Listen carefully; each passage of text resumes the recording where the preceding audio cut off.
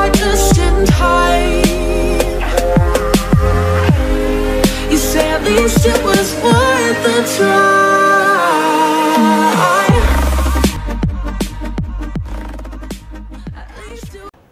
Selamat datang di podcast Unan Official bersama saya Kelambang Kinasi Usi. Kali ini akan menjadi host dalam podcast ini.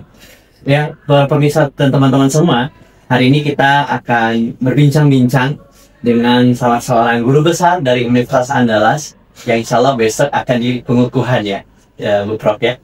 Dan sekarang bersama kita sudah ada Profesor Henning Herwina. Halo, apa kabar Prof? Alhamdulillah baik Herlan. Assalamualaikum warahmatullahi wabarakatuh. Waalaikumsalam warahmatullahi wabarakatuh. Makasih ya udah diundang di podcastnya. Sama-sama. Nah, Prof, mungkin pada sesi ini kita akan bincang-bincang, ngobrol-ngobrol berkaitan dengan beberapa hal tentang kehidupan Prof, dan juga nanti mungkin ada beberapa hal juga yang sedang Prof kegiatannya apa hari ini seperti itu. Siap. Oke, baik. Mungkin kita langsung ngobrol aja ya Prof ya. Oke, Herlan. Kita pengen tahu nih Prof, kan Prof di bidang entomologi ya, kalau nggak salah ya, di bidang biologi, bidang serangga. Ilmu tentang serangga, entomologi tepatnya. Nah, kan nanti kita akan bahas tentang itu, tapi sebelum itu kita pengen tahu dulu nih Prof, itu gimana sih seorang Prof Henning Herwina ketika dulu sekolah di masa-masa SD-nya, SMP atau SMA-nya? Barangkali boleh cerita nih sama kita. Oke, ya terima kasih Unan Official udah mengajak kita untuk ngobrol-ngobrol hari ini, Herlan. Saya senang sekali untuk bercerita karena jarang juga nih ada kesempatan cerita tentang masa kecil apalagi gitu ya. Jadi kalau masa kecil saya tuh sama seperti orang lainnya mungkin ya. Saya pikir masa kecil saya bahagia karena saya tinggal di kampung ya, di kota di Nagari Payak, Kota Tangasi Malangga, kota medianya kecamatannya Payakumbuh, tapi kabupaten 50 kota. Nah, kita punya sawah di belakang rumah, kemudian ya seperti anak pada umumnya zaman dulu mungkin ya, nggak tahu kok sekarang ya. Saya ada mainnya ke sawah, kemudian juga menyeburkan diri ke dalam kolam untuk berenang yang airnya jernih. Ya, itu SD tuh. Terus sukanya tuh saya tuh kan menangguk, kalau bahasa kami di kampung dulu pakai tangguk gitu ya, untuk ikan di sawah. Sawah dan aliran-aliran irigasinya itu lan. Itu seneng banget tuh. Hobi gitu, kayak pulang sekolah itu seneng banget dapat beberapa sekantong ikan untuk dimasak di rumah kayak gitu, itu seneng. Jadi bahagia. Iya bahagia, dan juga kayak main petak umpet yang sekarang kalau dipikir-pikir kok bisa ya saya melakukan hal itu. Jadi sempat juga ada yang mainnya siang, ada yang malam, dan yang malam itu ada. Jadi malam itu di bawah batang kayu yang besar di dekat rumah saya waktu itu, dan batang kayu atau pohon itu di bawahnya kan ada kayak semak-semak itu, herba-herba itu, sembunyinya di dalam itu lan, bayangin.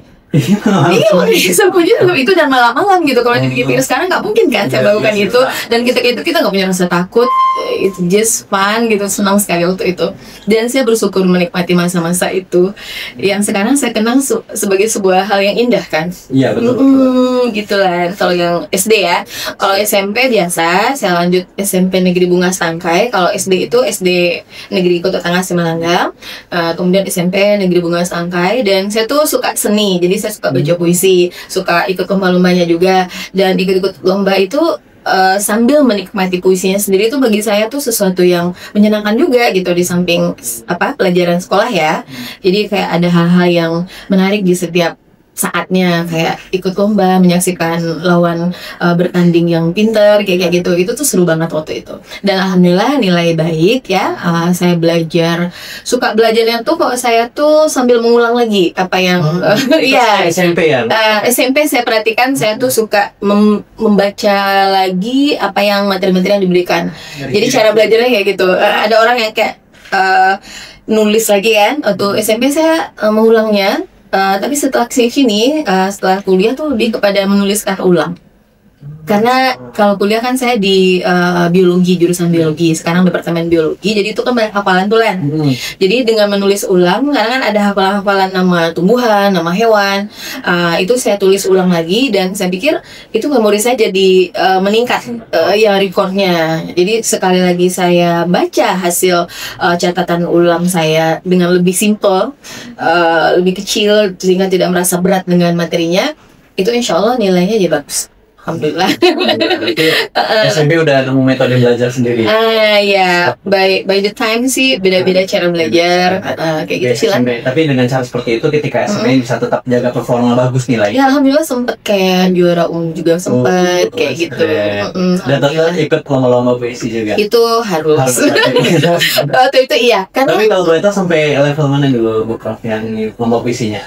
Sampai kabupaten sih, sampai kabupaten. Setelah kuliah baru yang tingkat provinsi, ada lomba baca cerpen di sebuah event kebudayaan. Dulu ada festival budaya atau apa gitu namanya dulu ya kita ya.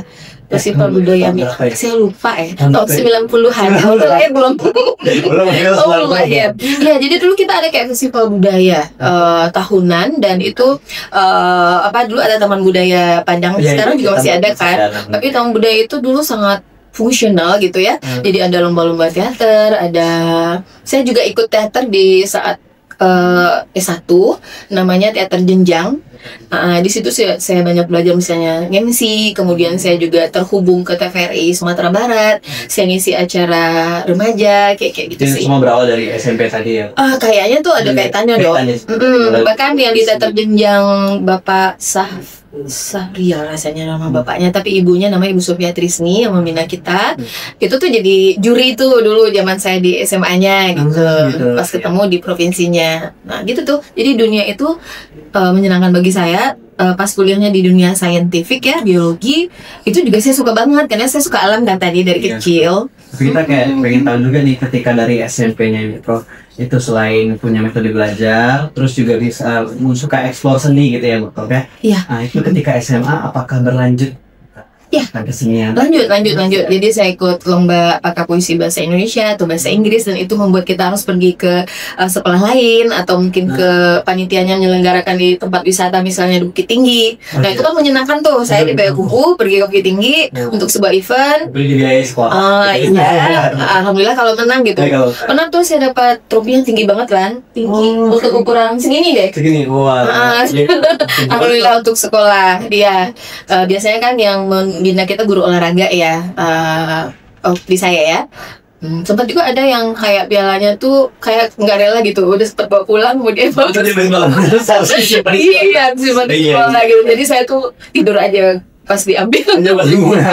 Pernah ngerasain juga pialanya nggak boleh dibawa ke rumah, dia harus disimpan di sekolah. Padahal udah tinggi nih, cantik gitu.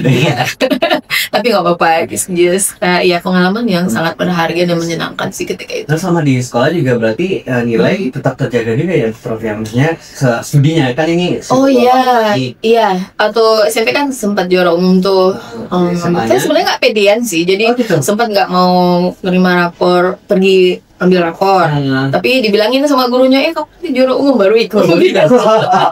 Ada tapi iya, nggak males gitu kan. Kamu juara umum harus datang gitu. Gini. Itu lagi di sawah tuh dipanggil, sekolah gitu kayak gitu. Nah di SMA saya punya teman wanita yang sangat rajin, nyatatnya tuh rajin banget kan, apa aja dicatat gitu dengan cepat gitu ya. Namanya Nunu, saya ingat sampai sekarang. Terus sayanya senang aja jadi temannya dia, dan dia selalu juara 1, saya juara 2. Tapi nggak masalah itu sama ya? Nggak masalah, karena saya bukan yang kayak harus selalu juara 1 tuh nggak ada di pikiran. Cuman harus doing the best di sekolah iya, karena kan orang tua adalah apa namanya, yang selalu saya pikirkan perasaannya gitu. Kalau misalnya saya sekolah kemudian nilai jelek, kasihan gitu. Jangan sampai sedih, pengennya selalu tersenyum gitulah intinya. Tapi nggak ngejar juaranya bener. Cuma kayak sungguh-sungguh serius gitu. Iya, tapi tetap di on the track lah kalau bahasa sekarang, agar orang tuanya senang gitu, tidak sedih gitu. Karena mereka punya harapan kan sama anak-anaknya. Walaupun nggak pernah diucapkan secara jelas gitu, tapi mereka pasti, saya lihat bisa dari ekspresi. Saya waktu itu juga ada nenek, sama tuh kalau saya juara nenek senang, mama senang, dan ada trofi kan berjejer di lemari kita, dan itu mereka senang. Saya ikut senang melihat orang tua senang, itu sih. Mungkin itu ya penyemangatnya juga ya. Sering tuh lomba-lomba. Iya. Kalian juga ya gitu. Karena senangannya gak cuma buat kita ya gitu, tapi juga kayak orang tua. Iya. Lebih kepada mereka sebenarnya. Kalau kita tuh enjoy the process mungkin, tapi hasilnya untuk orang yang kita sayang. Mungkin itu ya. Tapi kalau boleh tahu Bu Prof, ketika di masa-masa SMA itu profesi orang tuanya apa waktu itu? Oh iya, mama adalah guru TK, papa itu guru SD. Jadi dua-duanya guru di kampung kami waktu itu. Jadi ya suka seni juga sih mama, kata mama Suka selalu seni. nurun dari mama nih. Gitu. Suka ininya gitu, karena mama suka ngelukis, suka menyanyi juga gitu. Kalau mama dari kakek katanya. Iya, selalu ya saat kita ngobrol-ngobrol ini turun dari mama nih, dari kakek nih, kayak gitu-gitu. Karena memang di sisi lain kan kalau budaya Minangkabau kan memang syarat sekali dengan seni ya Bu Prof ya. Oh iya, budaya Minangkabau kita ya. Tubuh. Oh iya, waktu kecil saya suka tuh ada anak KKN. Nah, anak KKN dari ASKI tuh. Mereka akan mengajarkan menari, kemudian lain-lain juga ada mungkin ya. Tapi yang saya ingat adalah waktu kita kecil-kecil tuh dilatih menari indang, kemudian nanti di perpisahan mereka kita pementasan. Itu meaningful banget loh bagi kita yang anak-anak. Jadi kita ada penyemangat untuk bikin event, kemudian kita tampil di event itu. Oh ya, saya suka nyumbang nyanyi kalau ada orang Barale dulu. Walaupun sebenarnya kemampuan nyanyi saya biasa aja, tapi mungkin orang tua juga senang kalau ambil perform bener. Itu kalian. Jadi itu aja sih seru gitu tuh kecilnya. Alhamdulillah. Itu pengalaman sejak SD, SMP, SMA itu tidak terlepas dengan yang namanya seni. Tapi kerennya lagi Bu Prof tetap bisa jaga performa nilai gitu ya. Iya, itu karena tadi ngejaga perasaan orang. Oh iya itu benar. Karena pas kuliah tuh Lan, saya kan kuliahnya kan di biologi UNAN dapat undangan, jadinya gara-gara tadi saya mungkin terjaga nilainya selalu di juara 2. Karena teman kan juara 1 tuh. Untuk syarat mahasiswa undangan kan ada nilai yang diperhatikan untuk seleksi. Nah itu mungkin yang menyebabkan saya lolos jadi mahasiswa undangan. Padahal tadinya saya bahkan kata mama tuh kita jangan kuliah ya nak gitu. Oh gitu, iya bilang. Jadi saya udah siap untuk nggak kuliah lah. Sebenarnya dulu ya. Jadi kata mama, kita hidup sederhana seperti ini, kita di Payakumbuh seperti ini. Kalau kamu ke Padang, mungkin kita nggak punya biaya gitu untuk kamu kuliah gitu. Jadi mungkin kamu nggak bisa kuliah ya gitu. Terus saya pikir orangnya kan juga saya nggak nipu-nipu banget, dan saya anak tua nih, anak tua biasanya kan lebih paham kondisi orang tua. Kita nggak parah kali miskin atau gimana, tapi memang untuk lebih dari itu mungkin memang nggak ada gitu. Jadi ya udah saya siap dengan semua itu. Terus ya karena tadi hobi seni, saya ada peluang untuk jadi penyiar radio di kelas 3 SMA. Karena kan saya ya suka puisi kan, suka baca cerpen. Kan kita mengekspresikan sebuah karya seni gitu kan. Jadi baca cerpen dengan ekspresif itu suka dilomba-lombain juga kan. Dari event-event itu kan kita ketemu seniman, ketemu juga orang-orang radio. Akhirnya saya jadi penyiar radio wanita pertama di radio FM pertama di FM ya waktu itu langsung ya. Nggak lupa saya, tapi radio Harau Megantara di daerah Harau Tanjung Pati Payakumbuh gitu. Itu berapa lama itu? Sampai tamat sekolah masih siaran. Iya, jadi saya tuh udah biasa kayak part time ya. Apa itu kalau orang Jepang gitu ya. Jadi pulang sekolah saya naik angkot tuh pastinya untuk ke Tanjung Pati stasiun radio saya, pakai baju kaos siaran tuh kan, pakai seragam sekolah, nanti pakai baju kaos siaran untuk siaran di Tanjung Pati. Ini angkot ya. Dan itu enjoy banget tapi kita bikin iklan gitu, kita bikin siaran dan juga kan membacakan surat pembaca gitu kan, surat pendengar bukan pembaca. Iya. Record iklan. Kemudian saya juga masih sampai bertahun-tahun setelah saya kuliah pun untuk closing radionya masih pakai suara saya waktu itu. Nggak tahu sejak kapan. Iya, selamat malam gitu-gitu sampai selamat tidur gitu-gitu, dan orang tua saya bangga. Nah itu tuh yang bagi saya, mereka senang anaknya ada suaranya di radio gitu kan. Kemudian sampai saya kuliah pun mama masih bilang suaranya masih ada gitu. Saya juga punya sepupu yang disabilitas tapi dia senang dengar radio. Nah jadi keluarga menikmati juga aktivitas saya gitu. Jadi tapi kita penasaran nih Bu Prof, ketika fase transisi tadi kan sempat kata mama nggak usah kuliah aja gitu. Itu gimana sih cara perasaannya supaya bisa perasaannya gitu? Gimana caranya supaya tetap bisa dapat gitu?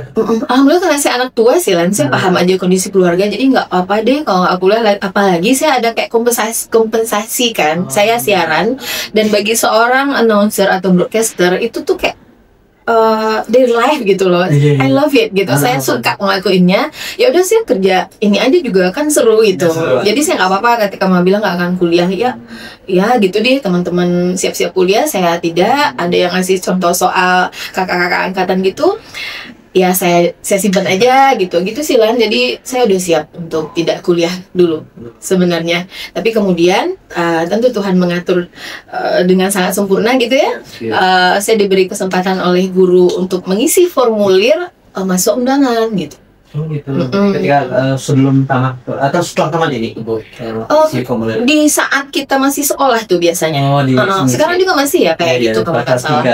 Iya, ada jalur prestasi, ada jalur undangan apa gitu. Kan waktu itu jalur undangan istilahnya. Iya, kampus pertama Unan. Bukan atau iya, Unan aja kayaknya sih. Iya, jurusannya biologi. Iya, karena di pengetahuan saya ketika itu kalau ambil kedokteran itu biayanya tinggi, bukunya aja mahal katanya dulu itu. Nah kan kita balik lagi dong kondisi keluarga. Katanya kita nggak mampu nanti gitu, jadi saya nggak akan memberatkan. Saya pilihlah yang aman gitu, yang katanya yang nggak semahal di kedokteran itu bukunya, yaitu biologi. Gitu. Apalagi kan saya seneng alam dari kecil, suka nyebur-nyempur, suka suka pura-pura menjelajah pramuka gitu. Kapan SD, SMP atau SMA? Sejak kecil tuh pura-pura menjelajah tapi setelah SMP kan agak serius pramuka, ya saya ikut pramuka dan biasanya pasti jadi seksi untuk tampil kan. Untuk baca puisinya kan. Di pramuka kan itu suka ada lomba-lombanya juga kan. Gitu.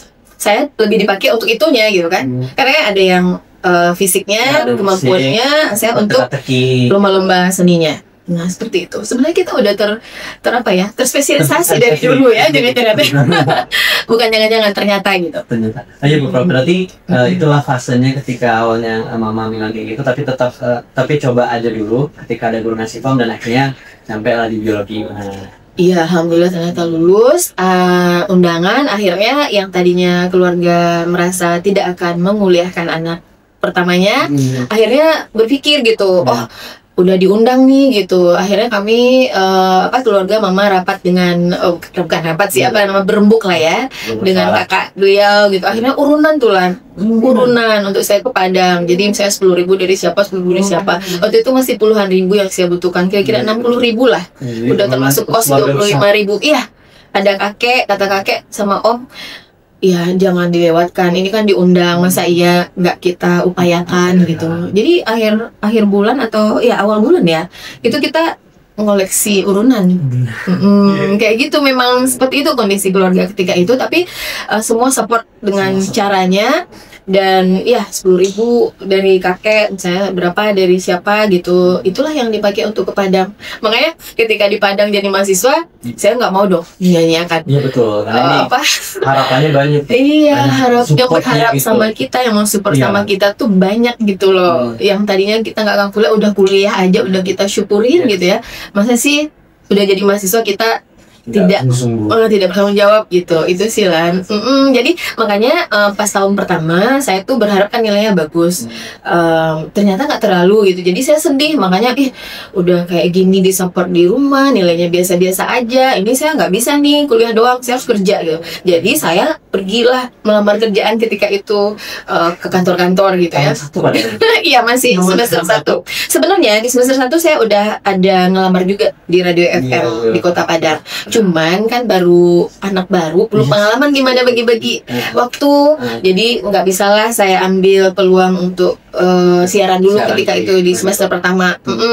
Belum tahu ya, karena di radio juga dituntut untuk training selama periode tertentu yang saya belum tahu cara mensiasati kuliah. Jadi nggak siaran di semester pertama, terus tapi nilai nggak bagus, jadinya saya ngelamar kerja tuh ke bank atau apa gitu, saya lupa. Saya tuh lucu banget, culun gitu kan, kecil anaknya 1 semester pertama, sementara lawan yang lamar tuh kayak udah jadi sekretaris, udah minta Tesla ketik lari itu. Ada mesin ketik yang saya nggak biasa, yang saya tuh kecil, ini tuh yang gede lah, yang segede gini, saya pencet gitu, lari itu apa namanya tuh alat mesin itu loh Lan, yang saya paham gitu deh, batal deh saya jadi kerjaan kantor itu kayak gitu. Terus akhirnya semester kedua saya udah mulai tahu gimana mensiasati perkuliahan, karena kan kalau di biologi kan MIPA ya, setelah kuliah kita praktikum full deh. Nah di radio saya ngelamar lagi. Awalnya tuh ada lomba-lomba, terus saya ngelamar jadi juara berapa gitu sehingga boleh untuk jadi calon penyiar. Nah itu pun banyak tentang baru training dulu, dan di trainingnya juga saya termasuk yang disangsikan karena jarang anak MIPA yang ada tuh yang sosial karena karena MIPA tuh pasti banyak waktunya di kampus kan, udah kuliah praktikum lagi, pulangnya sore. Kapan kamu mau siaran gitu kata direkturnya. Tapi tetap diterima itu. Diterima dengan tanda kutip kayak, maksudnya tetap diterima, cuma mereka sanksi saya bisa dikasih siarannya kapan gitu. Karena kan kuliah terus sama praktikum. Sabtu Minggu juga gitu. Iya, siaran kuliah nggak, hari kerja aja. Jadi akhirnya saya dapat siaran-siaran di jadwal tertentu dengan sangat ketat gitu. Dan saya enjoy banget tuh siaran lagi kan. Dan tapi sebenarnya secara nggak langsung itu jadi kompensasi juga di kuliah. Karena udah kuliah sambil siaran, saya akan berdamai dengan diri saya jika nilainya nggak bagus. Tapi alhamdulillah rata-rata 3 sih kayaknya. Cuman sekali yang 2,9. Dan itu aja bikin sedih. Iya. Terus jadi tamatnya dengan 3,52 waktu itu tinggi. Kalau sekarang rata-rata udah tinggi sih kayaknya. Dan itu jadi bekal bagi saya untuk ngelamar S2 tuh Lan, ke ITB. Nah saat itu baru aja dimulai ada beasiswa namanya UG, saya lupa kepanjangannya. Tapi intinya itu beasiswa dari Dikti bagi fresh graduate yang mau lanjut studi dengan syarat tertentu lewat tes TPA namanya. Terus nanti dikasih biaya hidup, uang buku.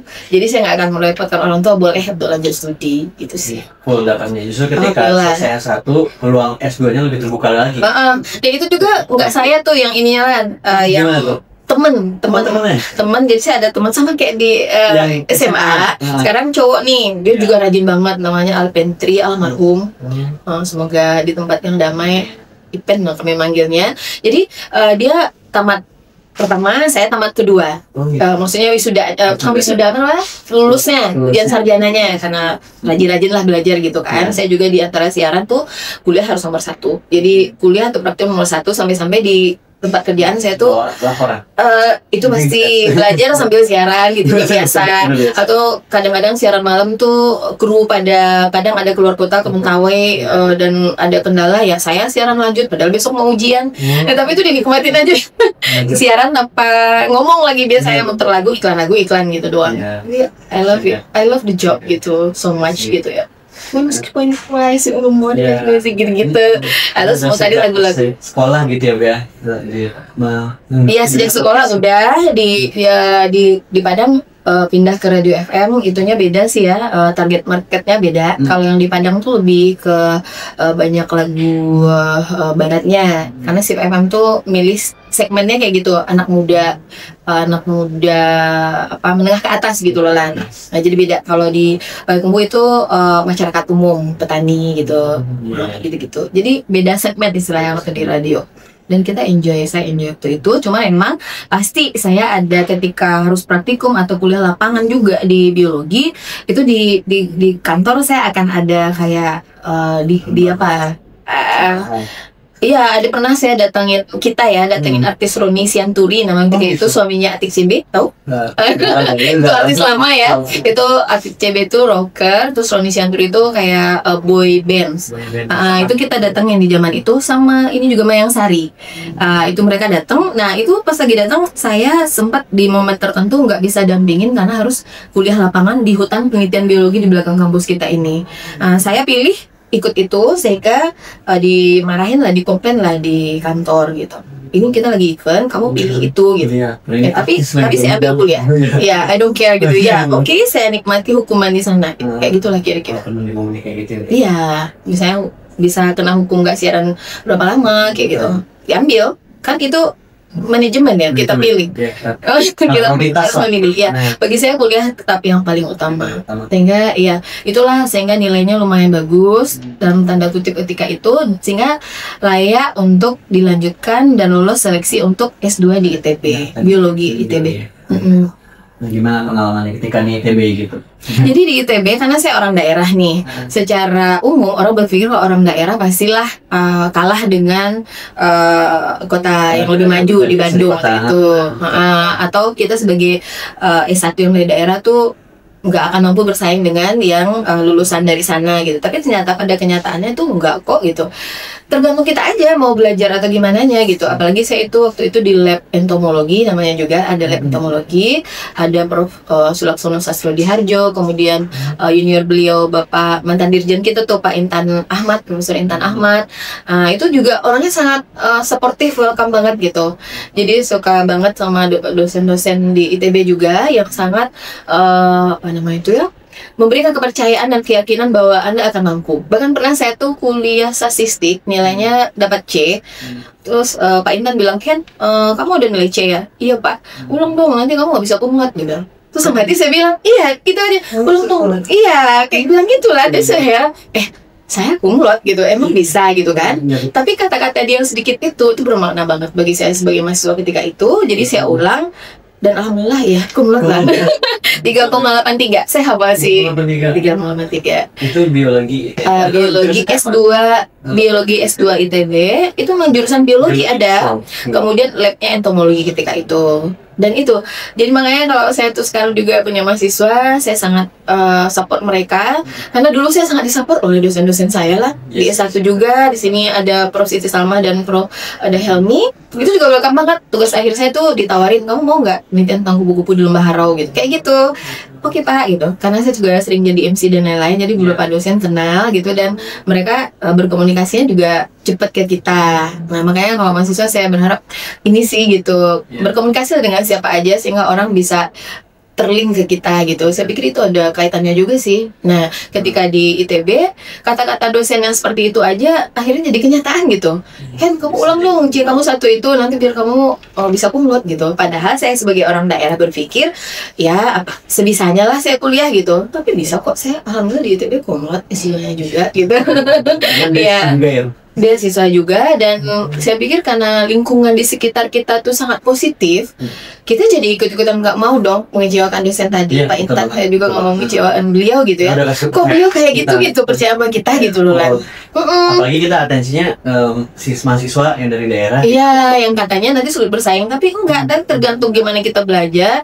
Dan memang saya selalu percaya bahwa kita mendapatkan sebanyak yang kita upayakan, dan biasanya kebaikan-kebaikan yang kita lakukan akan mendatangkan kebaikan yang lainnya gitu. Ya, dalam hal ini kan kebaikannya buat diri kita sendiri aja baru waktu itu. Tapi kemudian itulah ya akhirnya di ITB juga karena kita dinilai baik ya kinerjanya, diusulkan untuk ke Jepang. Awalnya tuh dari ITB. Iya, saya ke Jepangnya dari ITB, jadi alumni ITB. Jadi awalnya saya disuruh exchange tuh. Pas S2 tuh exchange doang setahun. Tuh saya pikir, aduh saya kan ini beasiswa, kalau saya exchange saya belum tamat dong nih. Saya tolak coba kan exchange. Saya tolak karena saya tuh realistis kan ya. Saya hanya punya dana beasiswa ini, kalau saya pergi kalau nggak tamat nanti gimana gitu loh. Saya nggak berpikir bahwa di Jepang itu kan nilai uangnya tinggi ya. Jadi itu ada beasiswa 80.000 yen, sekitar 10 jutaan lah ya di Indonesianya. Tapi saya sangat realistis untuk itu, malah mengutamakan studi saya dulu, tamat dulu gitu. Saya tolak itu. Iya, jadi Pak Intan ketika itu tajur gitu ya, saya tolak. Tapi ketika saya tamat, akhirnya saya kan perjuangan tamat dulu. Ketika tamat S2 belum selesai dan belum wisuda, saya udah diminta untuk mengikuti seleksi ambil doktoral di Jepang lewat ITB. Sebelum tamat S2. Iya. Ini waktu maksudnya itu udah ujian. Akhirnya saya uruslah tuh dokumennya. Akhirnya keterima. Ternyata di Jepang karena itu U2U, jadi antar universitas prosesnya, sehingga profesor yang bekerja sama dengan ITB itulah yang merekomendasikan saya ke Mombugakuso atau Mombuso atau Depdikbudnya kita untuk dianggap layak mengikuti S3. Nah, itu waktu itu saya pakai ijazah S1 tuh. Karena kan S2 belum selesai, tapi udah mau ujian. Akhirnya saya harus berangkat dan nggak wisuda, tapi ujian udah selesai ke Jepang. Jadi wisudanya bulan Oktober tanggal berapa atau gimana, saya udah harus berangkat sebelum itu. Itu sih nggak ikut wisuda S2 tapi ke Jepang. Lanjut S3. Sebenarnya tujuannya lanjut S3 tapi ketika itu karena saya masih muda, menurut sensei Koji Nakamura waktu itu 20 berapa tahun saya waktu itu 24 tahun. Dan itu waktu itu di labnya paling muda karena sebelumnya mahasiswa beliau adalah para peneliti dari LIPI waktu itu atau BRIN sekarang yang usianya udah 40 tahun 50 tahun gitu-gitu. Jadi perdana nih punya mahasiswa yang semuda saya waktu itu dan bilang udah yuk ini aja S2 dulu aja lagi gitu karena kan tadinya bahan yang saya masukin S1 iya nanti baru setelah 2 tahun riset student dulu S2 baru setelahnya S3 nyambung di tahun 1998 datang kan tamat S2 ITB kuliah lah 2 tahunan baru nanti masuk S3-nya. Jadi totalnya di Kanazawa University waktu itu saya 7 tahun. 7 tahun. Jadinya karena ada S2 S3. Dan itu full scholarship. Scholarship pastinya karena ada biaya hidup kita dan tentunya juga biaya penelitian. Sama sebenarnya seperti Dikti waktu saya S2, tapi untuk di Jepang dengan nilai yen itu alhamdulillah sangat membantu sekali karena kita digaji untuk belajar. Harus ke Jepang sih. Iya. Belajar ini dapat ilmu. Iya. Nah sekarang kita ada tuh di Unan juga. Ada PMDSU namanya beasiswa unggul juga. Langsung ke S3 ya? Ada langsung S1 ke S3. Baru di tahun kemarin saya ada bimbingan 1. Jadi itu juga udah ditiru sama kita di Unan. Jadi dengan syarat tertentu ya IPK di atas 3, berapa saya lupa tapi tamatnya 4 tahun tidak boleh lebih. Nah itu boleh ambil PMDSU itu dia akan dapat beasiswa nggak usah bayar kuliah dapat gaji bulanan dapat biaya penelitian tiap tahunnya. Jadi kita udah maju di Unan juga udah niru di Jepang juga. Kita pengen tahu nih selama di Jepang gimana ceritanya nih Bu. Ceritanya apanya? Karena kan ini Bro kan awalnya tuh dari 50 kota kan tapi ini di kampung terus ke Padang nih. Padang Unan akhirnya pindah lagi ke ITB Bandung lebih ke kota lagi dan pindah negara gitu. Jadi kayak sempat nggak ketika ibu pindah ke Jepang mengalami culture shock misalnya atau kayak bahasa kan dari bahasa ini? Iya. Alhamdulillah enggak lah. Alhamdulillah enggak karena gini. Jadi waktu saya S1 ada teman kos saya kakak senior sebenarnya. Beliau tuh pengen banget ke Jepang. Jadi beliau tuh udah les kanji dari zaman kita masih kuliah itu. Sementara saya yang cuek banget nggak kepikiran bakal ke Jepang itu tuh wah kakaknya rajin ya bagus ya gitu sehingga ketika saya mau udah ada peluang di Jepang ini saya hubungin kakaknya namanya Kak Mirfat Uni Mirfat terus saya belajar seminggu untuk katakana hiragana dan itu alhamdulillah kekejar sebulan mahasiswa asing lain belajar bahasa Jepang di kayak language centernya gitu lembaga bahasanya itu saya kekejar dengan seminggu belajar sama Uni Mirfat. Nah, karena kan itu kita latihan menulis ada dia kasih tuh kertas latihannya dan bukunya itu aja yang perlu. Nanti saya udah bisa dong conversation ringan konnichiwa, watashiwa gitu kenalan gitu Pak jikosoka ya bahasa Jepangnya.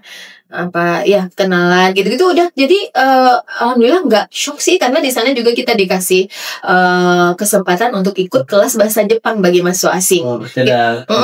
Ada kelas bahasa Jepang juga dan saya udah prepare telah datang sebulanan sebenarnya untuk orang lain dan ketemu mahasiswa asing dari berbagai negara untuk belajar bahasa Jepang juga gitu. Dan memang untuk di Jepang kita perlu tahu bahasa Jepang karena kalau di luar kampus itu kan mereka semua.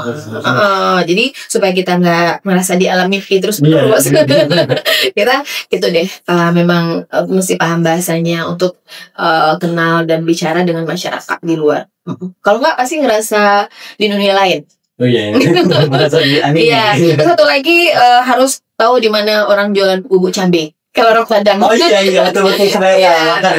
Iya, karena kalau orang Padang, saya nggak terlalu yang suka pedas banget gitu, enggak. Tapi kalau memang nggak ada rasa sama sekali, itu kan dunia terasa apa kan?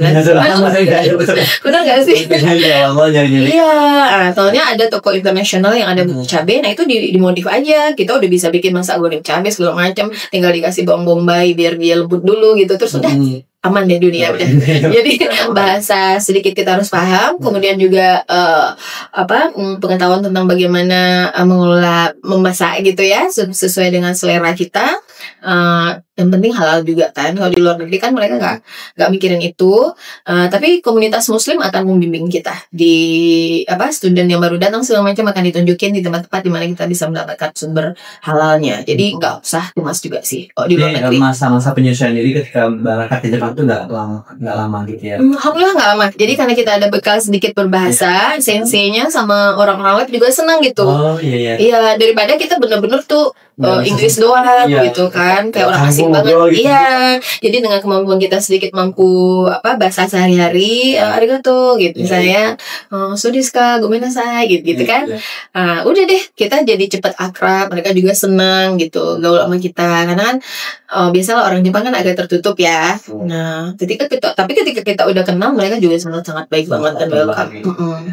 Alhamdulillah aman sih, Man. Alhamdulillah aman sih. Tapi kalau secara akademiknya Bu, ada tantangan sendiri nggak untuk kuliah di Jepang? Kan beda ya studi antara di Indonesia dan di Jepang. Kalau yang berasakan tadi. Oh ya, kebetulan kan saya di biologi. Jadi negara kita negara tropis. Jadi tempat penelitian saya tuh justru di Indonesia gitu. Jadi sensei mengalokasikan dana beasiswa saya untuk bisa juga pulang dan ngambil sampel untuk diolah di Jepangnya gitu. Jadi alhamdulillah enggak ya, malah untuk di negara maju dan universitas di Jepang kan semua fasilitas untuk riset itu dibiayai. Kita tidak terbebani oleh kos-kos untuk itu. Jadi alhamdulillah very good. Berarti bagi orang Jepang sendiri, bagi sensei sendiri menjadi peluang besar untuk mereka bisa lebih mengenal Indonesia. Oh iya betul. Mereka Hayati Indonesia, negara tropikal yang sepanjang tahun selalu ada makhluk hidup bertebaran di mana-mana ya. Kalau di negara mereka kan itu ya subtropis ya. Jadi ada musim-musim 4 musim kan. Jadi hanya musim panas dan musim semi lah mereka bisa riset di alam. Sementara kalau kita sepanjang tahun. Dan sebenarnya sensei Kojin Nakamura itu udah punya kolaborasi dengan UNAN sejak sebelum-sebelumnya, sejak tahun 80-an. Bahkan dosen pembimbing saya dan suaminya juga udah jadi bimbingan beliau juga gitu. Jadi beliau dengan Indonesia tuh udah kayak kampung keduanya juga. Iya, kayak saya juga ngerasa Kanazawa tuh jadi kampung kedua saya karena udah lama banget hidup di sana, udah menikmati betul suasananya kayak gitu sih. Iya, kan udah 7 tahun tuh udah waktu yang lama sih. Iya, jadi suka kangen-kangenan sama Jepang. Cuman anehnya ketika setelah tamat 2005 ya, 2006 kerja di UNAN. Saya kan ada secara kompetitif juga melamar proposal riset luar negeri juga. Jadi itulah tuh peluang untuk pulang kampung ke sana. Jadi ya dengan adanya riset internasional, cuman ke Kanazawanya belum, malah ke tempat-tempat lain. Iya, ke tempat sensei saya di Kagoshima, itu pulau yang berbeda, atau di Tokyo, atau di Ibaraki. Itulah kolaborator saya berada di tempat itu, temannya sensei sih. Nah ke Kanazawanya belum sempat lah, jadi saya kangen banget balik ke sana. Dalam waktu dekat sampai kita ke sana ya. Iya, di sana tuh dingin banget, saljunya tebel banget, ya sampai 2 meter, sampai mobil ketutup gitu. Tapi itu pula ya, mungkin karena saya suka menikmati aja kali ya. Jadi bagi orang itu berat, bagi saya itu indah terus gitu. Iya sih. Berarti selama di Jepang itu gimana keluarga? Iya, keluarga, ya mama minta saya untuk menikah sebelum berangkat. Sebelum itu Iya. Jadi ya saya ada teman juga kakak angkatan dulu dari zaman SMA dan kuliah. Dimudahkan aja sama Allah gitu, dibukakan aja hati. Jadi sebulan sebelum saya ke Jepang kami menikah gitu. Terus saya berangkat dulu ke Jepang untuk urus segala sesuatunya, baru menyusul suami. Akhirnya nyusul juga ke Jepang. Jadi suami itu juga sama satu background di biologi atau gimana? Oh, beliau dari olahraga sih. Nanti kerja yang lain di Jepang, tapi support selama saya di sana. Kita bersama jadinya di Jepang, membina keluarga kecil sampai lahir seorang anak perempuan kami, Jilan Hanifa. sampai umur 4 tahun kita bersama di Karena sana. pertama lahir dan tumbuh di Jepang Iya. selama kurang lebih berapa tahun, 7 tahun? Sampai umur 4 tahun kalau sudah umur 4 bisanya. tahun. Iya, karena iya, mungkin setelah S2-nya selesai baru saya punya anak. Karena jaga-jaga perasaan sensei aja sih kan. Iya, betul. Karena kan beliau baru pertama gitu punya mahasiswa juga yang muda, udah gitu menikah hula gitu kan. Saya aja sih sebenarnya sensei juga nggak pernah bilang Iya, apa-apa. betul. Kita aja yang jaga-jaga Iya. gimana ya gitu. Terus saya sempat sakit juga sih Lan, pernah riset ke Bogor, terus mungkin karena perbedaan cuaca dan yang lain, sakitnya agak 3 bulan lama juga. Pula. Iya, jadi saya khawatir juga kalau saya meninggal gimana gitu. Itu waktu Bener, itu sampai naik kursi roda lah waktu di Kanazawa. Sakit karena jauh. Karena saya kan risetnya di Indonesia, jadi bolak-balik tuh. Balik. Jadi mungkin memang lagi di Indonesia juga lagi ada wabah atau apa, saya nggak ngerti ya, atau memang karena kondisi, dan di sana nggak ditemukan saya sakit apa, tapi secara itu penyakit dalam gitu, Iya. kayak daya tahan menurun kayak gitulah, mual entah segala macem, 3 bulan. jadi sampai turun 10 kilo gitu. Jadi artinya saya tuh sakit berat lah gitu, dan Allah sangat penyayang dengan memberikan kesempatan hidup lagi, karena ada saatnya kritis gitu loh kan, kata suami itu parah banget waktu itu gitu. Jadinya saya pikir gak usah mikirin sensei lagi lah, saya harus punya anak untuk meneruskan merawat suami misalnya, seperti itulah saya pikir waktu itulah.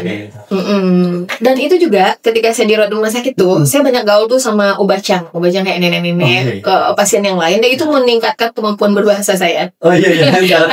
Iya, kita lebih banyak bergaul dengan masyarakat awam. Kalau di kampus kan masih ada sensei, sama sensei bahasa Inggris, sama teman-teman nyampur-nyampur. Tapi kalau di luar itu masyarakat awam yang lain, ya harus nunggu lah, harus bahasa Jepang sih. Jadi mereka Wah, welcome gitu. ketika di rumah sakit, Welcome aja sih, sama unik aja kali ada yang berjilbab tinggal Oh iya, balik. biasa. Iya. Oh iya, berarti ini juga menjadi pertanyaan Ibu. Kan Ibu Muslim, ya? orang muslimah gitu ya, berhijab di Jepang. Apakah pada momen itu menjadi aneh nggak bagi orang Jepang sendiri? Atau gimana? Orang Jepang sangat welcome sebenarnya terhadap orang asing ya. Jadi mereka tidak kayak tidak memberikan respon yang gimana gitu. Malah teman-teman saya yang lain yang di negara-negara lain kayak di Amerika segala macam, Henny kamu botak ya, makanya kalau kamu tutup hidung. Sebenarnya saya mulai pakai hijab ini malah di Jepang lah, di ITB belum gitu. Jadi mereka bingung gitu waktu saya udah menguatkan diri untuk berhijab. Terus teman-teman kalau orang Barat kan ngomongnya ini ya terbuka ya, malah bilang kayak gitu, ini kamu botak ya, kamu tutup kepala gitu kayak gitu. Lalu dia jelaskan lah gitu sama kita gitu. Kalau orang Jepang lainnya, karena sebenarnya di budaya mereka secara tradisional kan ada juga yang berpenutup kepala di kerajaan-kerajaan gitu, ingat nggak film-filmnya? Cuman ya mereka nggak terlalu aneh dan mereka sangat welcome sih. Berarti menghargai lah Ibu ya, dengan seorang muslimah berpendidikan ini. Alhamdulillah, dan mereka sangat menghargai universitas, guru gitu, sensei gitu. Mereka sangat appreciate dan malah salut gitu kita mau sejauh ini ke negara mereka untuk menuntut ilmu kayak gitu. Kapan Ibu tertarik dengan dunia perseranggaan itu sebenarnya? Apakah memang karena tuntutan riset aja, atau memang kayak ada keinginan gitu pengen tahu tentang serangga? Oh iya. Iya, sebenarnya awalnya itu dikenalkan dari calon pembimbing S1 saya gitu. Yang S1 saya tuh mempelajari tentang kupu-kupulan. Kupu-kupu itu kan indah, bagus ya. Jadi sebenarnya serangga itu adalah makhluk kecil yang berkaki 6, yang mungkin image-nya banyakkan juga yang kemungkinan ya image-nya sebagai hama mungkin lebih banyak, atau faktor penyakit gitu. Erlananya wajahnya kayak gitu. Atau kecoa ya emangnya? Karena enggak. Ya gitu ya. Kan dipertangin Bu, kalau serangga itu rata-rata hama. Walaupun ada beberapa bantu ya Bu ya. Serangga menjadi hama jika misalnya dia makan daun itu ya, daun tanaman pertanian kita, kemudian makannya tuh banyak sehingga si tanaman itu produknya jadi tidak optimal. Artinya kita sebagai manusianya sebenarnya menilai dia itu hama atau tidak kan. Jadi ketika dia serangga mengakses apakah memakan atau merusak tanaman sehingga nilai ekonominya terganggu, itu makanya dia disebut hama. Tapi seandainya serangga itu nempel di daun itu dan rusaknya dikit-dikit doang, dia nggak disebut hama. Nah, itu sih sebenarnya. Tapi iya. Nah, kalau kebetulan karena saya ditawarkan oleh dosen ketika itu riset tentang kupu-kupu itu kan indah lah. Iya, betul. Indah, cantik, dan dia sangat banyak. Kemudian Indonesia sebagai negara dengan biodiversitas di dunia nomor 2, itu masih banyak yang belum diteliti dan dikenali apa itu namanya dan ada di mana aja. Nah, khusus untuk riset saya S1 itu kupu-kupu, saya lalu eksplorasi sebuah cagar alam di Harau. Nah, itu dapat deh tuh dikoleksi dan kupu-kupunya aja ya. Kita harus fokus kan pada topik tertentu. Nah, itu bentuknya sangat bervariasi, mulai dari yang indah sekali sampai yang agak jelek gitu, hitam dan itu kecil. Dan itu semua menceritakan banyak hal. Nah, saya tuh teringat dengan falsafah hidup Minangkabau. Alam tak kambang jadi guru gitu kan. Jadi ketika kita membuka diri kita pada alam, misalnya ketika saya melihat kupu-kupu ini, saya koleksi, lalu saya pelajari satu persatu ini namanya apa, dan itu cara mencari namanya juga harus dibuat sampel yang benar, direntang, dibuat spesimen, kemudian nanti warna, titik, ukuran segala macam itu akan menentukan dia masuk kelompok apa dan namanya siapa gitu. Nah, itu semua membuat kita belajar dan ingin tahu terus kan. Di setiap sayap itu kan ada tulang-tulang atau venasi namanya istilahnya, tulang-tulang rangkanya dia tuh. Nah, itu beda bentuk rangka tulangnya itu, venasinya itu akan melit kita, mengarahkan kita kepada pengelompokan dia dimasuk famili mana misalnya gitu. Nah, jadi mereka akan beragam. Misalnya kupu-kupu sayap burung yang kayak banyak diperjualbelikan dan ada juga yang langka yang kayak di sayap bagian belakang mirip ekor burung. Nah, itu tuh khas gitu lah, yang ada kayak gitunya pasti dia golongan ini dan namanya ini kayak gitu. Jadi semua itu kita lakukan sebagai mahasiswa tingkat akhir dengan tekun dan lebih terfokus kan, lebih detail kan daripada di kelas-kelas itu kan lebih kuliah umum kan. Kalau udah riset baru dapat. Nah, di situ timbul amazingnya, ketertarikan dan juga rasa kagum pada ciptaan Tuhan gitu lah. Dan skill saya atau skill kita di laboratorium yang didapatkan di UNAN ini ketika saya S2 di ITB itu malah dianggap bagus, dan akhirnya saya dipercaya untuk memimpin sebuah proyek dosen gitu di ITB-nya. Iya, karena di S1-nya kita udah benar-benar kenal dengan objek yang kita teliti. Di sananya kamu teliti dong ini gitu. Dan itu diketahui dosen melalui presentasi saya waktu itu di salah satu perkuliahan umum di bidang entomologi. Oh, kamu bisa ya ternyata gitu. Ya udah, kamu lead nih jadi leader di riset ini gitu. Langsung dikasih kepercayaan kayak gitu. Alhamdulillah gitu. Jadi maksudnya ketika kita serius ngerjain riset kita di S1, ternyata skill kita itu kepake nanti di S2. Dan dosen yang udah lihat potensi udah langsung nih kasih kepercayaan kayak gitu seterusnya lah. Berarti sebenarnya kemampuan kita meriset di ketika S1 itu tidak hanya sekedar pelepas tanggung jawab atau syarat saja, tapi justru itu skill yang kita dapat skill bisa jadi peluang di S2 dan seterusnya gitu ya Bu ya. Betul, untuk mahasiswa kita semua seperti itu sih Lan sebenarnya. Jadi kalau di kelas ya secara umum kita akan dapat informasinya, praktisnya, nanti yang akan lebih detail itu di tugas akhir kita. Makanya saya selalu kasih saran, pilih tugas akhir yang kalian bisa menikmati itu. Sama kayak secara umum kalau kita mencintai pekerjaan kita, kita pasti akan menikmati dan bahagia dengan itu ya kan. Karena bekerja dengan sesuatu yang kita cintai kan. Benar nggak Lan? Oh ya, itu sih. Sama aja kan. Effort sungguh-sungguh di situ, menjalaninya dengan serius. Iya, jadi punya tugas akhir jangan jadi beban, tapi jadi sesuatu yang kita cintai sehingga kita enjoy gitu. Dan hasilnya Allah yang kasih. Nanti ketika usahanya bagus, Allah kasih hasil yang bagus dong. Kalau kita setengah-setengah ya hasilnya juga pasti nggak optimal. Kayaknya simpel-simpel aja ya. Hidup ini ternyata gitu. Dan sini-sini saya menyadari, oh iya ya gitu. Saya mensyukuri semua itu. Berarti di momen S1 baru dikenalin serangga yang tadi ngeriset tentang kupu-kupu ya. Betul. Jadi kalau S2 ini S2 masih serangga bukan kupu-kupu, masih ordo yang sama, Lepidoptera nama ordonya, kelompok kupu-kupu juga, tapi kupu-kupu malam lah. Iya, karena di ITB saya mau lihat pengaruh kupu-kupu malam yang jadi hama di kubis. Jadi itu ada riset yang di lab tuh.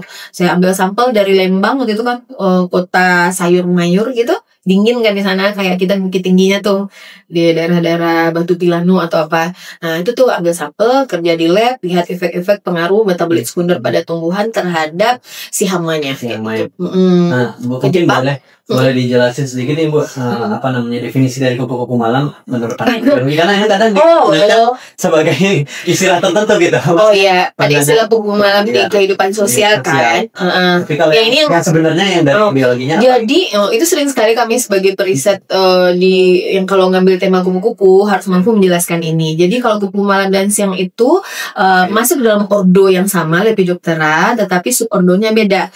Kalau kupu-kupu siang tuh namanya Loparocera, kita sebut kupu-kupu. Tapi kalau kupu malam itu golongannya setengah yang lainnya Heterocera namanya.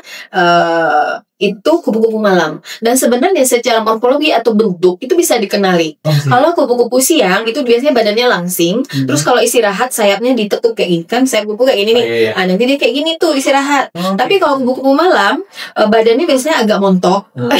Kemudian kalau istirahat dia misalnya kupu-kupu kayak gini kan terbang, kayak gini dia istirahatnya. Rata-rata. Iya, mostly. Iya. Kemudian anteninya juga beda. Kalau kupu-kupu siang anteninya tuh ini kayak satu lembar, ujungnya tuh kayak ada bombol. Itu kupu-kupu siang. Jadi coba aja nanti lihat kupu-kupu, itu pasti siang. Tapi kalau malam itu kalau nggak ujungnya tuh nggak ada, halus banget. Kalau nggak kayak ini, kayak sisir. Salah, kayak bulu. Ya, kayak kiri kanan tuh ada ininya, ada bulu halusnya itu. Jadi bisa lihat dari bentuk secara umum atau anteninya. Jadi seorang peneliti serangga terutama kupu-kupu itu langsung tahu dari lihat. Terus satu lagi memang aktifnya tuh siang. Kalau kupu siang mereka terbang bla bla bla. Kalau kupu malam terbang itu malam nyari makanan malam. Siangnya mereka hampir nggak lihat. Jadi hampir nggak kelihatan mereka kalau siang, kecuali yang kayak terdampar. Ada tuh kadang-kadang di rumah kita kupu-kupu Limantria dispar namanya, kayak kupu kuda. Nah itu kupu malam tuh, cuma dia terdampar, makanya kelihatan sama kita kadang-kadang. Kalau ukurannya lebih besar mana? Macam-macam, jadi ada yang besar, ada yang kecil. Karena pernah ketemu kupu-kupu kan kayak sebesar ini. Lihat dulu badannya gemuk nggak, anteninya gimana. Rata-rata bisa-bisa seringnya kalau yang terdampar di rumah itu kupu malam sih. Yang kayak di ruang tamu gitu kan, suka ada yang gede banget itu. Itu kupu malam biasanya. Jadi memang harus, karena kita riset itu kita tahu betul perbedaan itu gitu. Jadi kalau dari S1 kupu-kupu, S2 kupu-kupu malam, berarti ketika S2 di Jepang juga tetap yang sama serangga. Nah, di Jepang saya presentasikan riset saya seperti apa. Sensei menyarankan saya meneliti serangga sosial yang lain, yaitu semut. Jadi saya sebenarnya senang sih ya berubah-ubah objek penelitian utama. Jadi saya banyak tahu juga. Nah kalau semut ini unik juga nih. Semut adalah organisme sosial. Kan tahu nih ada istilah-istilah tentang semut, bagaimana mereka bekerja di dalam kerajaannya. Terus biodiversitasnya atau keanekaragamannya juga sangat beragam. Di Indonesia juga sangat banyak, tetapi penelitinya sangat sedikit. Kan kalau banyak peneliti bidang taksonomi sedikit sih bidang taksonomi itu adalah orang-orang yang mengelompok-ngelompokkan dan mengetahui, mencari tahu nama makhluk hidup, apakah hewan maupun tumbuhan. Jadi dua-duanya sih, hewan maupun tumbuhan sedikit sih taksonomis istilahnya. Karena memang mungkin secara aplikatif tuh nggak nampak. Yang banyak riset didanai segala macam itu kan lebih kepada yang langsung kelihatan ada produk lah, ada perubahan lah kalau di pertanian gitu-gitu kan. Makanya sedikit juga mungkin. Cuma kalau di negara maju seperti di Jepang atau negara lainnya, taksonomis tentu sangat mendapat perhatian dan support juga gitu. Makanya ketika saya tahun berapa ya, tahun 2014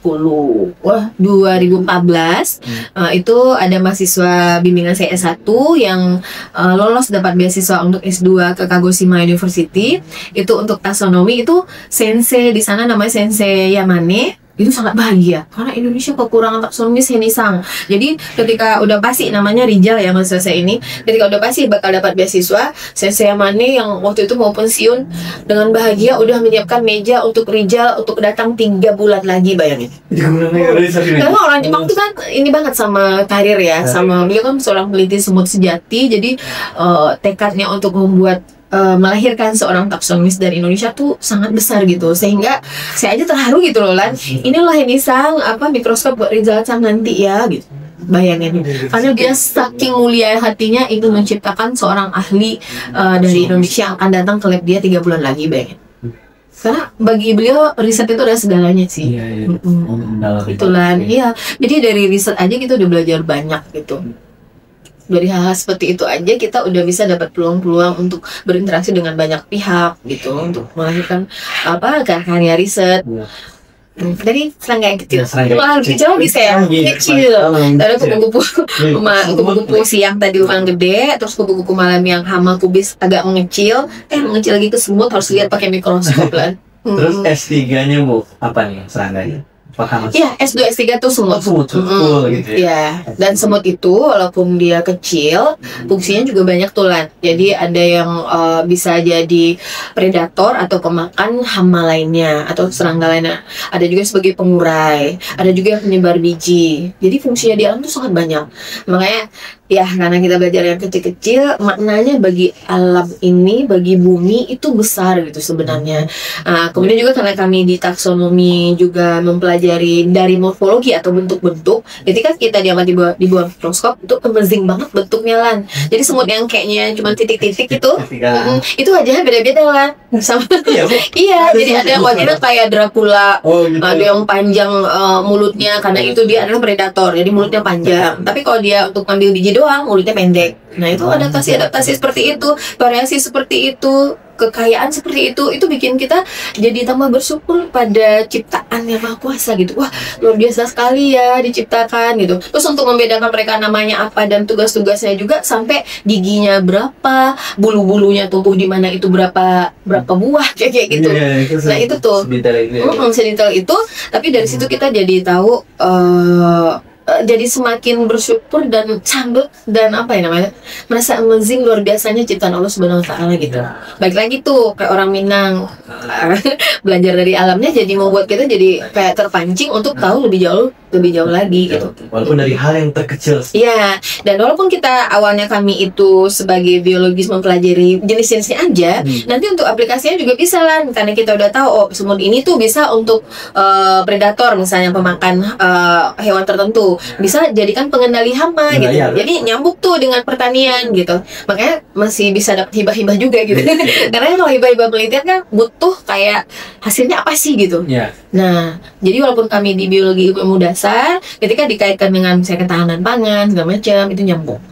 Jadi dapatlah support dana riset yang bisa dipakai untuk dosen mengembangkan riset dan mahasiswa juga, dan ada bagian-bagian dari riset kita yang bisa kita karyakan untuk pengabdian masyarakat juga kan.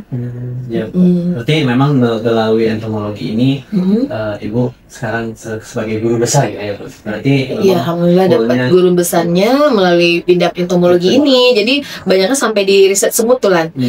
Kemarin yang jadi kayak syarat-syarat untuk bisa lolos ke persyaratan menjadi guru besar ini. Nah, akhir-akhir ini 8 tahunan lebih lah itu saya serangga sosial juga lebih ke lebah tanpa sengat.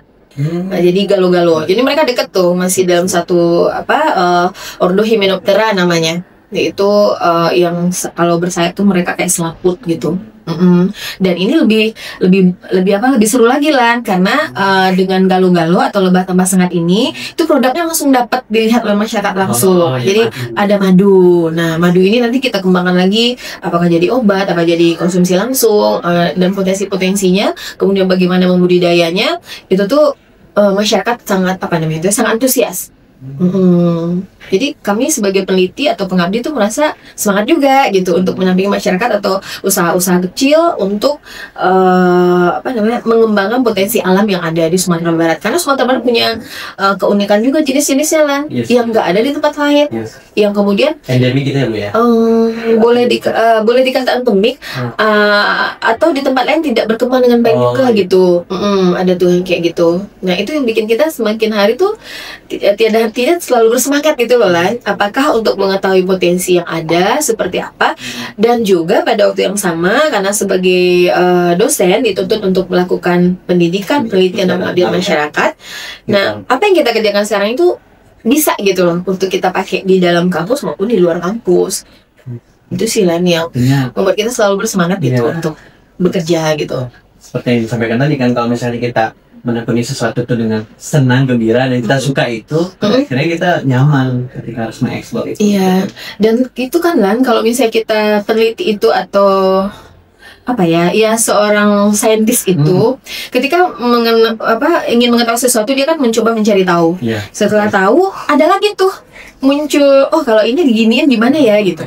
Nah, jadi itu terus menerus ada keinginan kita untuk mengeksplorasi terus kayak gitu. Ya, jadi menjadi seorang guru besar, apakah itu sebuah target atau gimana dari Ibu sendiri? Ya, terus terang saya tidak menargetkan misalnya saya harus jadi guru besar di usia sekian gitu, enggak sih Lan, sebelumnya ya. Tapi ini bagi saya itu seperti hadiah gitu, hadiah dari Yang Maha Kuasa. Karena intinya saya malah justru karena memang punya sensei atau profesor yang dengan kepakarannya menjadi dirinya dengan brand tertentu, saya merasa untuk menjadi seorang profesor tuh butuh persyaratan yang berat gitu. Saya merasa belum layak terus gitu loh. Jadi itu kapan merasakan ketika selalu kan sebenarnya bertugas sebagai dosen gitu? Iya, ketika tugas sebagai dosen saya nggak ngejar yang itu gitu. Saya hanya ingin melakukan yang terbaik di posisi saya saat itu gitu. Dan itu kemudian membuat saya kemudian berkarya kan, ada meneliti, kemudian ada reportnya, ada publikasinya. Itulah tuh yang jadi bahan untuk kita bisa menjadi guru besar. Jadi apakah penelitian atau pengabdian yang sudah dianggap layak dengan standar tertentu yang dibuat, kemudian kita dinyatakan layak atau tidak. Dan itu juga nggak gampang sih, ada bertahun-tahun juga. Ya kalau dulu ada syarat lainnya, menjadi pegawai negerinya udah harus berapa tahun gitu. Nah makanya saya juga agak santai, karena saya kan 10 tahun merantau dulu Lan. Setelah tamat S1. Jadi bukan laki-laki aja ternyata dibilang merantau ya. Perempuan juga ternyata merantau ya. Dan saya belajar banyak dari proses perantauan itu, melihat Indonesia dengan lebih bijak, melihat kampung halaman gitu, melihat manusia harus seperti apa sebenarnya. Karena kan di negara maju kan kita disikapi seperti apa oleh pemerintah gitu. Makanya sekarang kalau ada mahasiswa mau exchange, mau studi lanjut, saya support banget. Biar mereka tuh lihat deh dari sisi yang berbeda, Indonesia ini harus diapain gitu kan. Kesejahteraan orang tuh seperti apa difasilitasi oleh negara di negara maju. Dan untuk itu kalau semakin banyak kita mahasiswa kita yang melihatnya dengan cara yang komprehensif berbeda, saya berharap Indonesia akan berubah menjadi lebih baik kayak gitu. Gitu sih Lan, bukan untuk seru-seruan sih kalau keluar negeri. Benar nggak Lan? Pernah kan juga? Lo pernah juga kan? Rasanya gitu nggak sih? Betul banget. Ternyata kayak ada keinginan kita untuk kembali dengan sesuatu yang lebih baik. Kita ingin kontribusi untuk Indonesia. Amin. Iya seperti itu. Karena ternyata apa yang diberikan oleh negara itu juga nggak yang aneh-aneh banget gitu kan. Tetapi kemudian dengan apa yang mereka berikan, misalnya jaminan kesehatan, pendidikan, kemudian gaji untuk pekerjaan secara profesional yang proporsional juga, sehingga kehidupan masyarakatnya terjaga dengan baik juga kan. Tapi kalau kita belum kan gitu, sehingga sangat dengan PR kita kan, sehingga kehidupan masyarakat seperti ini balasan atas jasa masih begini. Saya suka amazing aja, alhamdulillah kita survive sejauh ini gitu kan. Iya gitu sih Lan. Iya Bu, jadi kan kalau kita tadi bicara di awal ya, seorang Eni Hermina itu dari daerah di 50 kota. Iya. Waktu kecil suka di alam. Benar. Ketika suka seni sampai hari ini menjadi seorang guru besar. Iya. Itu kira-kira what next apa nih yang akan dilakukan oleh Profesor Eni Hermina berikutnya? Wah, ya alhamdulillah saya bersyukur dengan kesempatan yang diberikan ini atau kepercayaan terhadap proses yang sudah saya jalani kan itu sebenarnya ya Lan. Kalau saya pribadi sih masih merasa banyak kurangnya, masih selalu ingin belajar.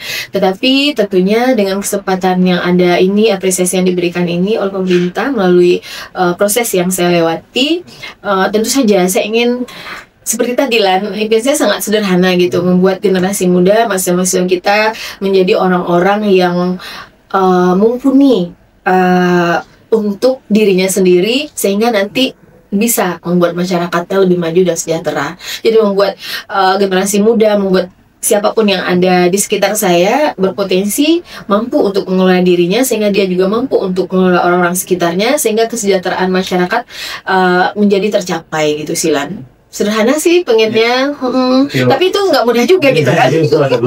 Iya, sederhana kan sih keinginan saya gitu, melalui sudut kecil di tempat riset saya mungkin gitu, ada sekumpulan mahasiswa yang bersemangat, kemudian nanti mudah-mudahan mereka akan menjadi orang yang juga bermakna bagi lingkungannya, menjadi yang bermanfaat dunia dan akhir tentu tujuan kita kan ya.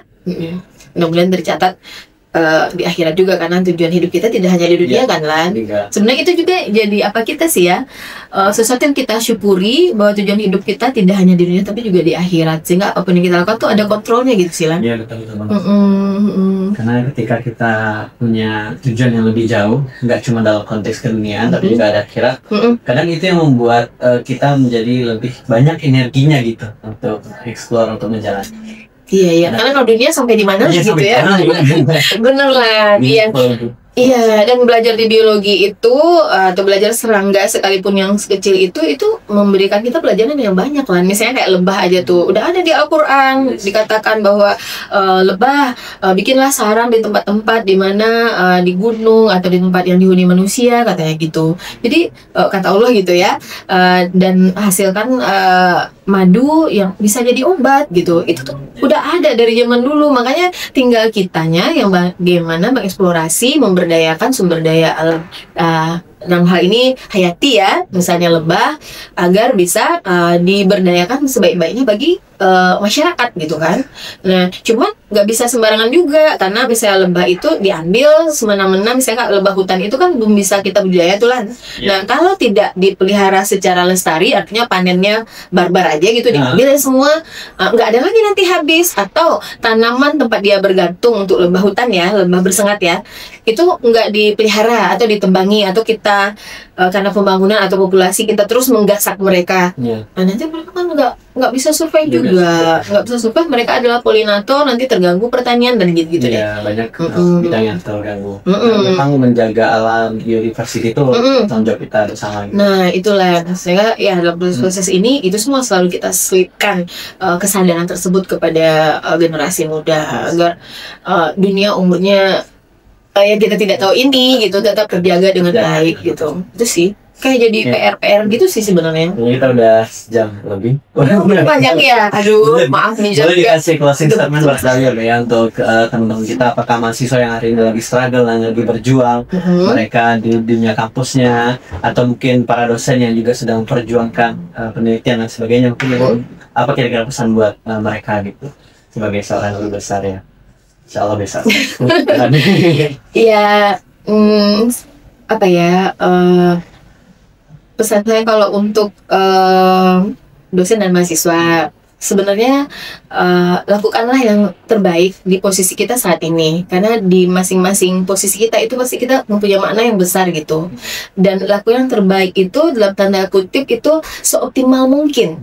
Nanti semua yang kita lakukan secara sekuat tenaga atau seoptimal mungkin itu akan memberikan hasil yang baik juga gitu.